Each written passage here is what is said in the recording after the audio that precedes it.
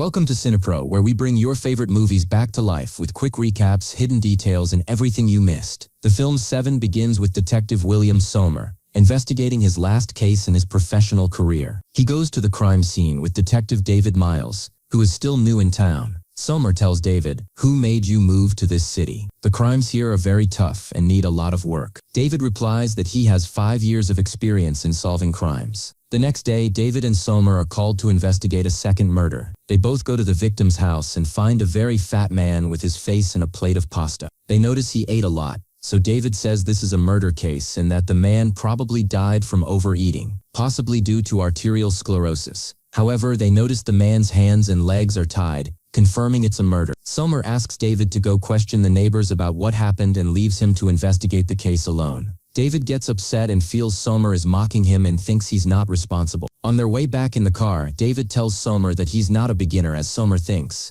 and he can check his file to see that he succeeds in all the cases he takes. But Somer doesn't care about what he says and continues on his way. Both of them go to the forensic lab, and the coroner confirms that the victim was not poisoned but was killed, and that he had swelling in the stomach wall, meaning the killer forced the victim to eat until his stomach was about to explode. The coroner tells them the victim kept eating for 12 consecutive hours. They return to the office and Somer asks his boss to change the case for him because he doesn't want to handle it, as it would be his last case before retirement. And it's clear it won't end quickly because it seems to be the start of more crime. His boss tells him it's just an ordinary murder by a sick killer who wanted to see his victim suffer, and there are no more crimes. Somer thinks the case is too big for David, and says it's not suitable for his first case. David gets angry and says he's not a beginner and is ready to take the case alone. Their boss replies that he made his decision and no one will handle the case except Somer. David gets angry and leaves the office. Then another murder shakes the entire media. The defense lawyer Eli Gould is found murdered in his office. David goes to investigate, and when he enters the office he finds the word greed written in blood on the floor, and a picture of the lawyer's wife with blood on. Afterward, the boss goes to Somer to try to convince him not to resign and to take this case instead of David. But Somer refuses, saying he has made his decision and wants to live a quiet life away from crime. The boss gives him a bottle with plastic pieces found in the fat man's stomach. That same day, Somer goes back to the fat man's house and finds the word gluttony written behind the fridge. He returns to the office and tells the boss and David that there will be more crimes because greed and gluttony are among the 7 deadly sins, meaning 5 are left: envy, wrath, pride, sloth, and lust. So they can expect 5 more victims. The boss asks him to take the case with David, but he still refuses. Later, Somer goes to the library and reads old mythology books. David is surprised and gives the phone to Somer, who is called by David's wife Tracy, who wants to meet him because she's heard a lot about him from her husband. They invite him to dinner and he agrees.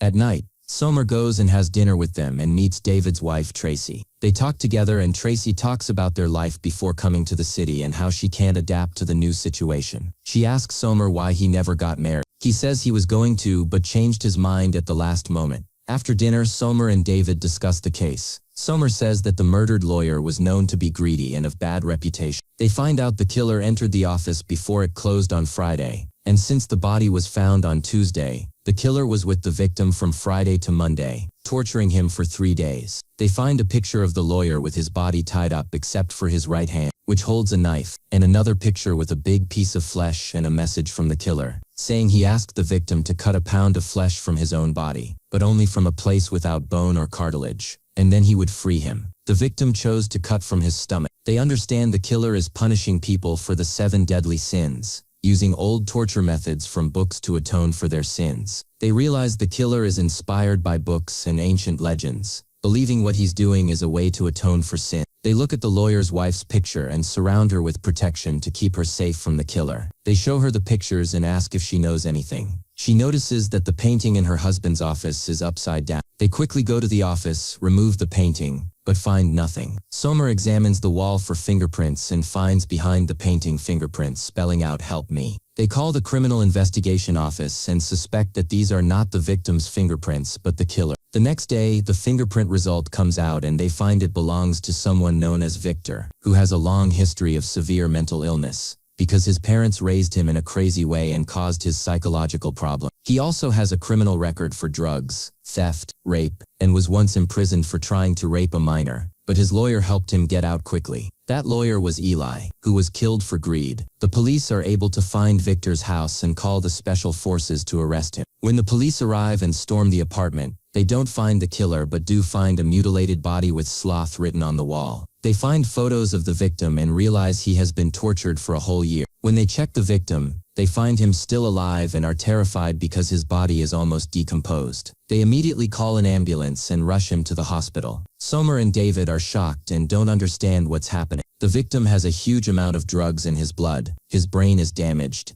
and he bit off his tongue so he can't speak to say what happened. They understand from the doctors that the victim could die at any moment and that he suffered unbearable torture. At night, Tracy, David's wife, calls Somer and asks to meet him. Somer goes to her and she tells him she doesn't know anyone else in the city to talk to and feels lonely. She tells him she's pregnant, scared of the responsibility and afraid to tell David. Somer tells her that he once was in a relationship with a girl who got pregnant, and at the time he was afraid of responsibility and asked her to have an abortion. But after the years passed, he regretted that decision and wishes he could go back in time to fix it. He tells her if she decides to give up the baby, it would be better not to tell David, because he would be affected and pull away from her. But if she wants his advice, it's better for her to keep the baby. Tracy thanks Tomer for the advice, after which Tomer leaves her and returns to his office. He talks to David and tells him that the killer intended for them to go to the apartment at that specific time, and that Dee wasn't actually a suspect. It turned out to be Victor. Then they go to have lunch at a restaurant, where they meet someone from the FBI and bribe him to help them get more information about the killer. This is because some books in libraries are under surveillance, like books about crimes, murder, and nuclear bombs. When someone checks out a monitored book, the library sends the person's record to the FBI, so they know everything about them. The corrupt officer arrives and gives them a report about the censored books and the names of people who recently checked him out. They find books about murder, violence, psychological crimes, and a book about the 7 deadly sins. They get the address of the person who checked out the book, whose name is John. When they go to his house and knock, no one answers. They see him coming from a distance, but he pulls out a gun, shoots at them, and quickly escapes. He runs away from David, who is faster than Tomer, and enters a resident's apartment. He sees David through the window and shoots at him, injuring John's leg and David's arm. Afterward, David goes out to look for him in the street. Suddenly, John appears, hits David in the eye and points the gun at his head. David can't see well, is dizzy from the blow and closes his eyes in fear, but John doesn't kill him. He leaves and escapes. Tomer arrives, helps David up, and they return to John's apartment. David storms in, and they find a room with all the photos of the victims John killed, as well as a notebook with notes about each of the 7 deadly sins. David finds the photo the reporter took of him in Victor's apartment, and realizes that the killer is the same reporter who photographed him. The police arrive at John's apartment, but don't find any evidence of John there. Suddenly, the phone rings. David answers, and it's John. He tells David that he outsmarted them, and didn't expect them to find him so easily. They arrest the man who was with the girl in the room, and he confesses that he killed her himself under John's threat. Then another murder happens. A fashion model is found, killed in her bedroom, her face mutilated, and the word pride written near. Sleeping pills are stuck to one hand, and a phone is taped to the other. They realize John mutilated her first and gave her the choice to call for help and live with a disfigured face, or end her life herself. Because of her pride, she chose to end her life as her beauty was her livelihood, and she couldn't live with a scarred face. The next day at the police station, suddenly John appears, calls out to them and turns himself in, covered in blood and with bandages around his fingers and hands. They discover that John keeps cutting the skin off his fingers so the police can't get his fingerprints. They are surprised that John turned himself in before committing the last 2 murders. John asks to speak with his lawyer. After the lawyer comes out, he tells them John has 2 more murders planned, and wants to show them the locations himself. He demands that only Tomer and David go with him in the car. He tells them that if they refuse, he will plead insanity in court and get acquitted easily, because there's no evidence against him for any of the crimes. But if they agree, he will confess to all the murders he committed. David and Tomer agree to go with him. On the way, they ask John why he's doing this. He tells them he's ridding the world of evil people, that he doesn't choose people at random, and that they all deserved what happened to them. When they arrive at the location, they don't find anything After a while, a van from a shipping company arrives. Tomer goes to check it out, while David stands far away with John. The delivery man brings a box addressed to David. Tomer opens the box, looks inside, and is shocked to find Tracy's David's wife head inside. At that moment,